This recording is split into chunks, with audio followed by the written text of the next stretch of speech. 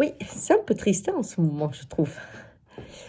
J'écoutais parler Jérôme qui me disait, tu sais, vous avez quand même eu de la chance parce que vous avez connu l'amour libre, hein. Ça n'a pas duré longtemps, mais enfin, comme vous aviez la pilule, vous pouvez vous envoyer en l'air comme vous voulez, alors que nous, on a connu le sida, puis il y a eu les capotes. Et ben là, maintenant, les enfants, ils ont connu l'épidémie, et puis il va y avoir d'épidémie en épidémie, de vaccin en vaccin. Oh, je dis non, quand même, là, on a pris conscience, on va changer les choses quand même, ça va bouger, non?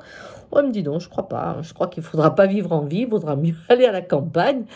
Oh, je dis, écoute, arrête, c'est pas possible. Il me dit, mais est-ce que tu as entendu parler de véritables mesures, à part le vaccin? Oh, j'ai dit, non, attends, on n'est pas des vaches quand même, on va pas être vaccinés tout le temps, quoi. Et puis il me dit, mais oui, va plus loin. Et je lui dis, c'est vrai, personne ne parle de réduire la viande. Parce que toutes les vaches ont du Covid. Les Covid, il y en a plein de sortes, mais une des raisons de ces épidémies, c'est notre rapport aux animaux. Non seulement pour la pollution de l'air, bien entendu, mais ces troupeaux de vaches, de cochons qui sont élevés dans des conditions innommables, inhumaines et tout le reste, mais c'est surtout ça qui fait qu'ils ont des Covid. Hein, on voit la vache folle, on voit la grippe aviaire, mais en ce moment ils sont pleins de Covid et tout. Peu à peu, le Covid passe à l'homme, bien entendu. Et les espaces aussi pour les animaux sauvages qu'on détruit et qui font que peu à peu aussi.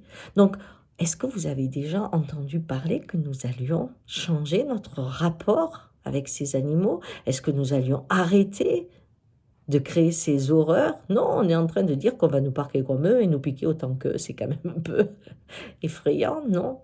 Oui, il a raison, on ne change rien. On ne change rien au niveau de la pollution, non, au contraire, on a remis des pesticides pour tuer plus d'animaux utiles, tels que les abeilles. Non, on ne change rien. Et là, tout d'un coup, j'ai eu une angoisse terrible parce que je me rappelle d'une discussion où on disait il faut mettre 22 millions de Français, hein, ceux qui ont 65 ans et plus, et les plus fragiles, il va falloir les confiner pour que les autres puissent continuer à produire et consommer, pour que on offre la jeunesse, hein, que cette jeunesse puisse vivre son temps. Et je pensais, mais cette jeunesse, si on lui offre cette vie, elle n'aura même pas droit à sa vieillesse.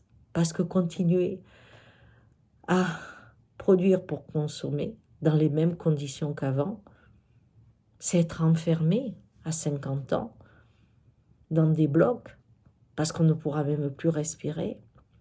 Est-ce que c'est ça que l'on veut pour demain?